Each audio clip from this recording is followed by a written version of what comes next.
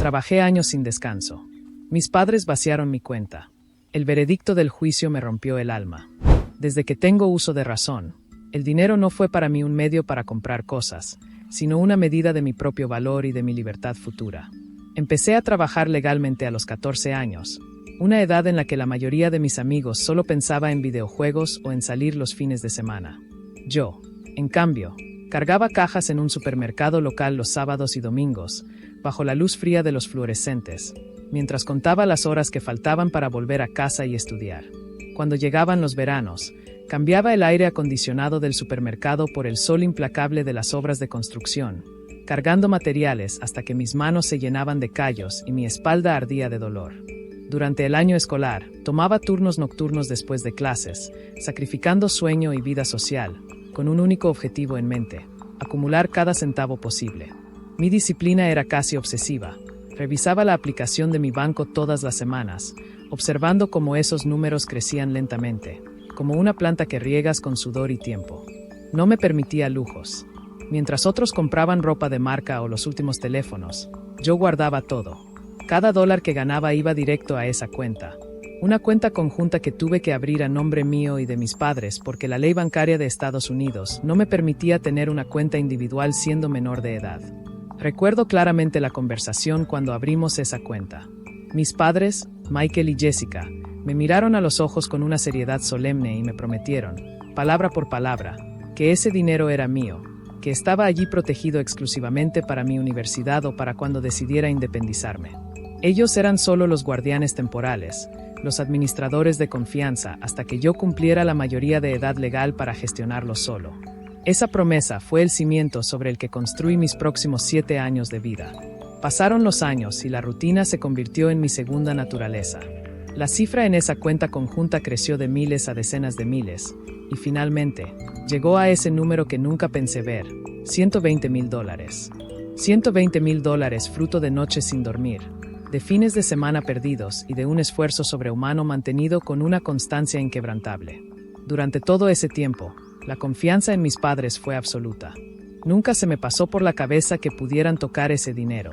Para mí, esa cuenta era una extensión de mi propia identidad, un santuario intocable donde mi futuro estaba a salvo. Vivíamos juntos, compartíamos gastos básicos, pero siempre hubo una línea clara. Mi trabajo y mi ahorro eran míos, y el hogar familiar era el espacio donde descansaba para poder seguir trabajando. Nunca cuestioné su autoridad ni su honestidad. Después de todo, eran mi familia, las personas que supuestamente más querían mi bienestar. A medida que se acercaba mi 21º cumpleaños, la emoción comenzaba a mezclarse con una sensación de alivio. Pronto sería legalmente independiente en todos los sentidos. Podría cerrar esa cuenta conjunta, transferir el saldo a una cuenta exclusiva a mi nombre y tomar el control total de mi destino. Empecé a hacer planes concretos: pagar la matrícula completa de la universidad sin endeudarme. Quizás comprar un auto modesto para llegar más rápido al trabajo y ahorrar aún más, o tal vez dar el enganche para un pequeño apartamento donde pudiera vivir en paz y silencio. Un mes antes de cumplir 21 años, la atmósfera en casa comenzó a cambiar sutilmente, aunque en ese momento no supe interpretar las señales. Noté que mis padres hablaban en voz baja con más frecuencia, cerrando puertas cuando yo entraba en la habitación. Había comentarios ambiguos sobre la economía, sobre lo difícil que estaba todo, sobre deudas que parecían apretarles el cuello. Michael mencionaba cifras de reparaciones del techo o facturas médicas inesperadas, y Jessica suspiraba constantemente hablando de la presión de los acreedores. En aquel entonces, esas conversaciones no me alarmaron. Al contrario, sentí una punzada de preocupación por ellos y pensé en ofrecerles ayuda de mi salario mensual corriente, sin imaginar ni por un segundo que estuvieran mirando mis ahorros de toda la vida. A veces, mi madre hacía preguntas indirectas sobre cuánto dinero había en la cuenta, justificándolo como curiosidad o como necesidad de saber nuestros activos familiares totales en caso de alguna emergencia mayor. Yo respondía con transparencia, orgulloso de lo logrado, sin ocultar nada, reforzando inconscientemente la idea de que ese fondo era un recurso familiar disponible. La tensión en la casa era palpable, pero yo la atribuía al estrés externo, a la inflación, a problemas laborales de mi padre. Seguía trabajando, seguía ahorrando de mi sueldo actual, y esperaba con ansias el día de mi cumpleaños para liberar mi capital. La calma antes de la tormenta es siempre engañosa porque te hace creer que el mundo sigue funcionando bajo las reglas de lógica y justicia que conoces, cuando en realidad, el suelo ya se ha movido bajo tus pies. Llegó el día. Era una mañana despejada, típica de cualquier día en Estados Unidos, pero para mí marcaba el inicio de mi verdadera independencia. Con la identificación recién renovada en el bolsillo y el corazón latiendo con fuerza, caminé hacia la sucursal bancaria donde había abierto aquella cuenta 7 años atrás. Me senté frente al asesor, un hombre de mediana edad con traje gris y una expresión neutra, y le expliqué mi intención. Quería retirar una parte del dinero para unos gastos inmediatos y transferir el resto a una nueva cuenta individual a mi exclusivo nombre. Le entregué mi identificación y firmé los formularios necesarios, esperando ver ese número de $120,000 brillar en su pantalla, validando años de sacrificio. El tecleo de sus dedos en el teclado sonó lento, demasiado lento. Su ceño se frunció ligeramente, luego hizo clic en otro botón, y volvió a mirar la pantalla con una confusión evidente que empezó a enviar escalofríos por mi espalda. Levantó la vista, me miró con una mezcla de lástima y perplejidad, y me dijo que había un error, que el saldo no coincidía con lo que yo esperaba. Sentí como el aire se escapaba de mis pulmones. Me pidió un momento para revisar el historial de transacciones detallado. Cuando imprimió el estado de cuenta y me lo deslizó sobre el escritorio, el mundo se detuvo. El saldo no era 120,000. Ni siquiera era 12,000. El saldo era prácticamente cero. Quedaban apenas unos cientos de dólares, lo suficiente para cubrir una compra de supermercado, pero nada más. Mis ojos escanearon las líneas de transacciones impresas, buscando un error del sistema, un fallo técnico, cualquier cosa que explicara aquella aberración. Haciendo un pequeño paréntesis, ya vamos a seguir con la historia. Si nosotros le prestamos atención a la historia, los padres ya venían haciendo comentarios sobre como de que las cosas no venían bien en la casa, y esto me suena a que los padres se gastaron el dinero. Esto va a ser súper obvio, pero yo te quiero hacer una pregunta a ti. Si tú estás viviendo con tus padres, supongamos que tú eres menor de edad, tú tienes 14 años y tú llevas muchos años trabajando, ¿tú crees que tus papás tengan derecho a agarrar ese dinero de ahí? Porque lo que yo estoy viendo en la historia es que él va al banco y él no está mencionando nada sobre que le quiere ayudar a los padres, él no está mencionando nada como de que, hombre, le voy a dar un regalo a mi madre, a mi padre, o vamos a ver cómo salimos de esta situación. Simplemente él piensa pasar todo el dinero a su cuenta, ¿vale? Entonces, en cierta parte siento injusticia porque listo, el chico está trabajando desde los 14 años, cuando uno a esa edad se supone que tiene que estar jugando al balón o en el computador o conociendo niños jugando, ¿sí? Y no estar trabajando. Entonces, vamos a mirar a ver en qué se termina desenvolviendo esta historia porque está interesante. Pero no había error. Allí estaban, claros y nítidos, múltiples retiros grandes realizados en las últimas semanas. Transferencias electrónicas, pagos directos a acreedores, retiros en efectivo por miles de dólares. Cada transacción llevaba la autorización de los titulares de la cuenta conjunta, mis padres. El papel temblaba en mis manos mientras la realidad se desplomaba sobre mí con un peso físico. Salí del banco en estado de shock. Conduje hasta casa con la visión borrosa y entré rompiendo la puerta principal, exigiendo explicaciones con una voz que apenas reconocía como mía. Mis padres estaban en la sala, tranquilos, como si esperaran este momento o como si simplemente les fuera indiferente. Cuando los confronté, mostrando el estado de cuenta, no hubo negación. No hubo sorpresa fingida. Michael cruzó los brazos y Jessica evitó mirarme a los ojos al principio, pero luego, con una frialdad que me heló la sangre, admitieron todo. Sí, habían usado el dinero. Sí, habían vaciado la cuenta. Justificaron sus acciones diciendo que tenían deudas urgentes, que la casa estaba en riesgo, que necesitaban salvar el patrimonio familiar. Argumentaron que, puesto que la cuenta era conjunta, tenían pleno derecho legal a usar los fondos. Lo que más me dolió no fue solo el robo, sino la distorsión moral con la que lo envolvieron. Dijeron que yo vivía bajo su techo, que ellos me habían alimentado y vestido por años, y que, por lo tanto, yo tenía la obligación de aportar a la familia. Según su lógica retorcida, ese dinero no era mío, sino un aporte obligatorio que yo debía hacer por el simple hecho de ser su hijo y vivir con ellos. Transformaron mi sacrificio de 7 años en una deuda de alquiler y comida que yo nunca había acordado pagar de esa manera. La discusión se tornó agria y desesperada. Les rogué, les supliqué que al menos reconocieran que ese dinero era para mi futuro, para mi educación. Les pedí un plan de devolución, un acuerdo escrito donde se comprometieran a devolverme el capital poco a poco. Se negaron rotundamente. Insistieron en que ya había hecho mi parte como hijo al trabajar y que ese dinero había cumplido su propósito de mantener a flote a la familia.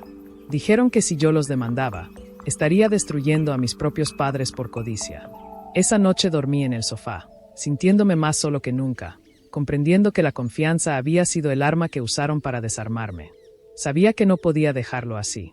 No por venganza, sino por justicia y por la necesidad de validar mi propio esfuerzo. Decidí demandarlos civilmente por uso indebido de fondos y apropiación injusta. Contraté a un abogado especializado en derecho civil y familiar, preparándome para la batalla legal más difícil de mi vida. Presentamos la demanda argumentando que el dinero fue ganado exclusivamente por mí, declarado bajo mi número de seguro social, y que la cuenta conjunta era únicamente un mecanismo administrativo impuesto por mi minoría de edad, no una invitación a compartir los fondos. Mis abogados presentaron registros de mis nóminas, testimonios de mis empleadores y la evidencia de mi estilo de vida austero, demostrando que cada centavo provenía de mi trabajo exclusivo. El caso llegó ante un juez en un tribunal civil. La sala estaba tensa. Mis padres, representados por su propio abogado, mantuvieron una postura firme y calculada. Su defensa no negó que el dinero viniera de mi trabajo. Eso era imposible de refutar con los documentos presentados.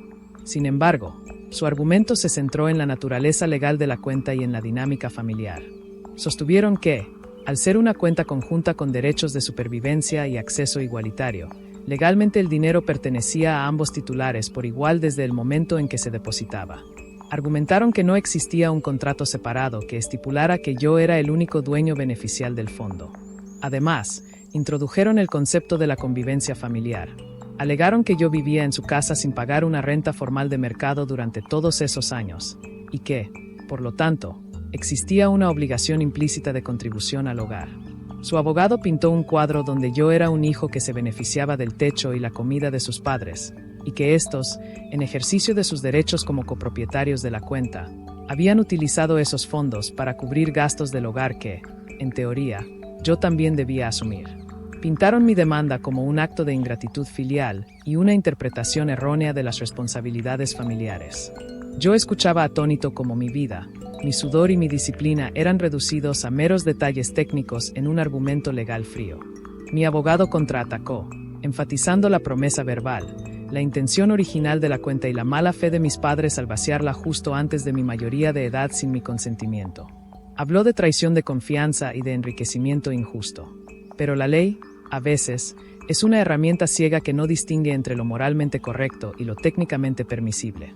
El juez, un hombre mayor con rostro cansado, escuchó ambas partes, revisó los estatutos bancarios y las leyes estatales sobre cuentas conjuntas y obligaciones familiares. Finalmente, emitió su fallo. Sus palabras resonaron en la sala como un martillazo definitivo. Determinó que, efectivamente, la cuenta era legalmente conjunta y que, como titular, mis padres tenían pleno derecho a retirar los fondos en cualquier momento. Respecto al argumento de la convivencia, el juez aceptó la premisa de la defensa. Al vivir en el hogar familiar sin un acuerdo de alquiler formal, existía una presunción de contribución mutua a los gastos del hogar. El fallo estableció que no hubo ilegalidad en el uso de los fondos por parte de mis padres, ya que ejercieron un derecho legal sobre una cuenta de la cual eran dueños parciales, y que la situación se enmarcaba dentro de las complejidades de las obligaciones económicas familiares, donde no se pudo probar un contrato explícito de custodia exclusiva del dinero. El juez falló a favor de mis padres. No estaban obligados a devolverme ni un solo centavo. El dinero que trabajé desde los 14 años, el que guardé con hambre y frío, el que soñé que sería mi boleto a la libertad, había desaparecido legalmente. Salí del tribunal sintiendo un vacío absoluto, una indignación que quemaba por dentro pero que no tenía salida legal. Mis padres salieron detrás de mí, algunos con expresiones de alivio, otros evitando mi mirada, pero sabiendo que habían ganado. La ley los protegía. La justicia técnica había prevalecido sobre la justicia moral. Caminé hacia mi auto, un BMW que había comprado con mis últimos ahorros antes de que vaciaran la cuenta, y me quedé sentado allí, mirando el volante sin fuerzas para arrancar. La historia termina aquí, sin un final feliz, sin una lección reconfortante. Termina con la cruda realidad de que, a veces, El esfuerzo individual no es suficiente cuando se mezcla con los lazos familiares y los vacíos legales. Queda la pregunta flotando en el aire, pesada e incómoda.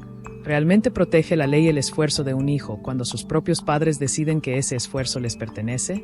La respuesta, en mi caso, fue un no rotundo, sellado con un sello judicial que transformó mi confianza en una lección eterna y dolorosa sobre el poder, la familia y la fragilidad de la justicia humana. Hola, primero que nada quiero agradecerte por haber llegado hasta el final del video y bueno, te quiero invitar a que te suscribas, a que comentes, a que les me gusta y que comentes qué es lo que más te ha gustado de esta historia y qué es lo que menos te ha gustado de esta historia. Y bueno, para serles muy francos, gente, yo soy consciente de algo. Primero me voy a poner al favor de los padres y luego me voy a poner a favor del protagonista, porque si me pongo a favor de los padres de familia, claro, ellos tienen obligaciones, ellos tienen su casa, tienen sus deudas y tienen todo, pero ¿por qué el hijo tiene que quedarse con absolutamente toda la plata? Si está trabajando, pues también tiene que aportar, dejémonos de cuentos, sin importar la edad que el hijo tenga, ¿sabes?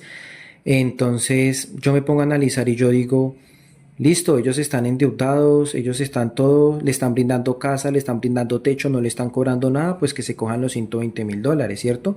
Pero si nosotros ponemos las cosas en una balanza, el protagonista está trabajando desde los 14 años. Se supone que desde que tiene 14 años hasta 21 años, que en Estados Unidos es legal, ¿por qué él tiene que responder en la casa? Si es obligación de los padres mantenerlo a él, díganme si no es así. Entonces fueron 7 años en los que el esfuerzo se fue, mejor dicho, para no decir la palabra, al suelo. Se fueron al suelo, gente, porque no es obligación del niño dar plata en la casa, pero también hay que ser conscientes, hombre, o sea, dejémonos de cuentos, no hay que ser tan concha, por lo menos aporte con un mercado, con unos servicios, hable con sus padres, cómo está todo. ¿Qué pasó en la historia? Dicho y hecho lo que dije en el análisis anterior, esto me suena que el man va a coger y se va a abrir. Y eso la verdad es ser mal hijo, dejémonos de cuentos. Uno también tiene que ser consciente de las cosas y uno tiene que decir, bueno papá o mamá, usted está endeudada, mire, podemos llegar hasta acuerdo o dígame cuánto me va a cobrar sobre todos estos años que ustedes me estuvieron manteniendo, que yo no les ayudé con un peso, pues dígame con cuánto. Si quieren, vamos por mitad y mitad. Yo lo hubiera hecho así, incluso les doy más de la mitad, son $120.000, pues yo les puedo estar dando hasta 70.000, ¿por qué no? ¿Cierto? Y yo con lo que me quede con el resto, fácilmente entro a la universidad y la pago tranquilamente y no le doy esa recarga a mis padres como de esa responsabilidad. Sí tuvo para el carro, pero no tuvo para ayudarle a los padres. O sea, ¿qué es eso? Este es el típico caso que yo he visto aquí en Colombia, en muchas familias, incluso en la mía, que apenas cogen dinero, se van y son mal agradecidos y no le dan ni las gracias a los padres. Entonces, uno también tiene que analizar algo. Si yo como padre de familia, yo veo que yo no tengo casa, que yo estoy endeudado, que yo estoy reportado en las entidades financieras, ¿yo por qué me voy a poner a tener hijos? ¿Sabes? ¿Por qué? ¿Para que ellos sufran? Entonces, ¿qué pasa? Si yo tengo deudas y todo, el que va a sufrir eso es el hijo. ¿Por qué? Porque en la historia, si los padres no hubieran tenido deudas, déjame decirte que él se hubiera podido quedar con toda la plata. Esto me hizo acordar cuando yo estaba pequeño, yo tenía una alcancía para el 2008, esto en Colombia eran como 38.000 pesos colombianos, en el 2008 eso era dinero, ¿sabes? Y hoy en día son como prácticamente $20, como para que te hagas tú una idea. Y yo le dije a mi mamá que porque sacó el dinero y me dijo que era pagar un recibo. Y la respuesta de ella fue técnicamente que ella me lleva manteniendo mucho tiempo y que por lo menos debo pagárselo. Pero ahora que uno lo mira, bueno, pues sí, ¿por qué no ayudar? ¿Sí me entiendes? Entonces, si tú estás en contra o a favor, házmelo saber en los comentarios y sin más que decir, que tengas una feliz tarde y noche. Muchas gracias por tu atención.